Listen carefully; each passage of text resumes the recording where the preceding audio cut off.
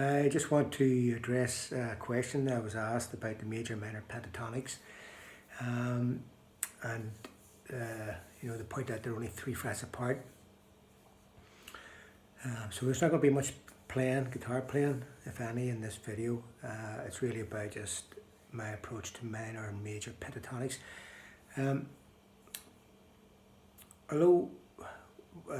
Well, as guitar players, we rely on patterns and can use patterns, and it can be an advantage at times, but at other times we can rely on it too much.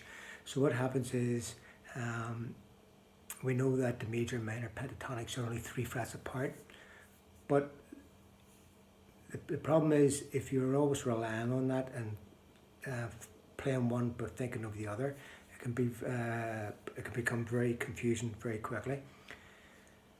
So when I practice any of my pentatonics, if I'm in a minor key and I'm playing, or a blues key and I'm playing minor pentatonic, I'm practicing minor pentatonics. If I'm in the key of A minor, for instance, I'm not thinking of the key of C major pentatonic. If I'm playing in the key of C and I'm using C major, I'm not thinking A minor pentatonic. Now, I can tell you what the relationships are. I can show you exactly on the fretboard, but it was important in my mind that I separate those up entirely. So when I'm practicing my minor pentatonic scales, it's in the key of min. If I'm in the key of A minor, that's all I'm thinking about. And the best way to do that is start from a root note and go to an octave one, or a root note, whatever you want to call it. For instance, if I'm in the key of A minor,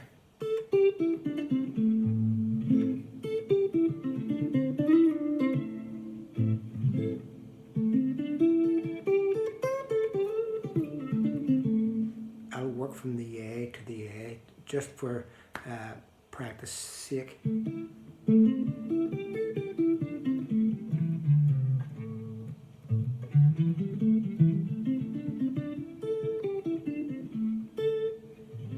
Making the A the most important note,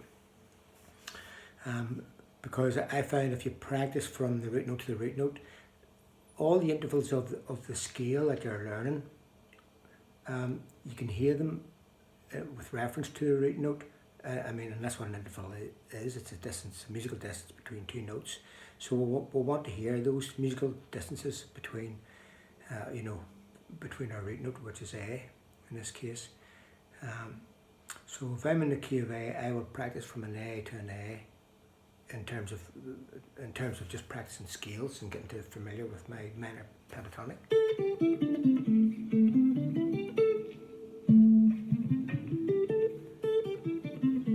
It doesn't matter whereabouts I'm on the fretboard. I'll just practice A to A so I can really hear that scale. And that was very important for me, just to develop my understanding or being able to actually recognize the notes of the scale when I heard it, especially when I heard it being used. So the same applies for major pentatonic. So if I'm in the key of C major, I'm not thinking A minor, I'm thinking just entirely C major, the notes of the C major pentatonic scale. So C major.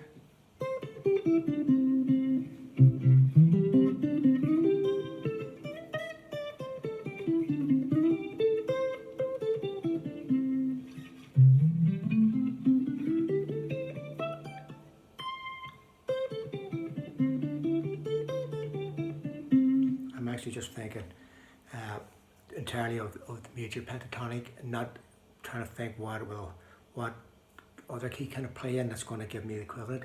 So, and again, when I practice from the root note to the root note in a major pentatonic, I hear the major pentatonic, the quality of what the scale delivers, because it has a different relationship with notes. The root second, 3, 5 and 6 has a different sound compared to the root flat 3, 4, 5, flat 7 of the minor pentatonic.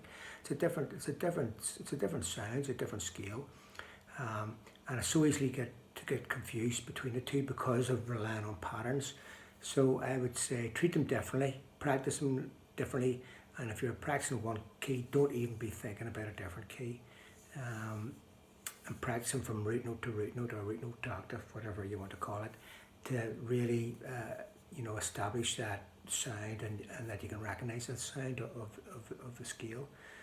Anyway, that's how I approach major and minor pentatonics, and hopefully that'll help somebody out there.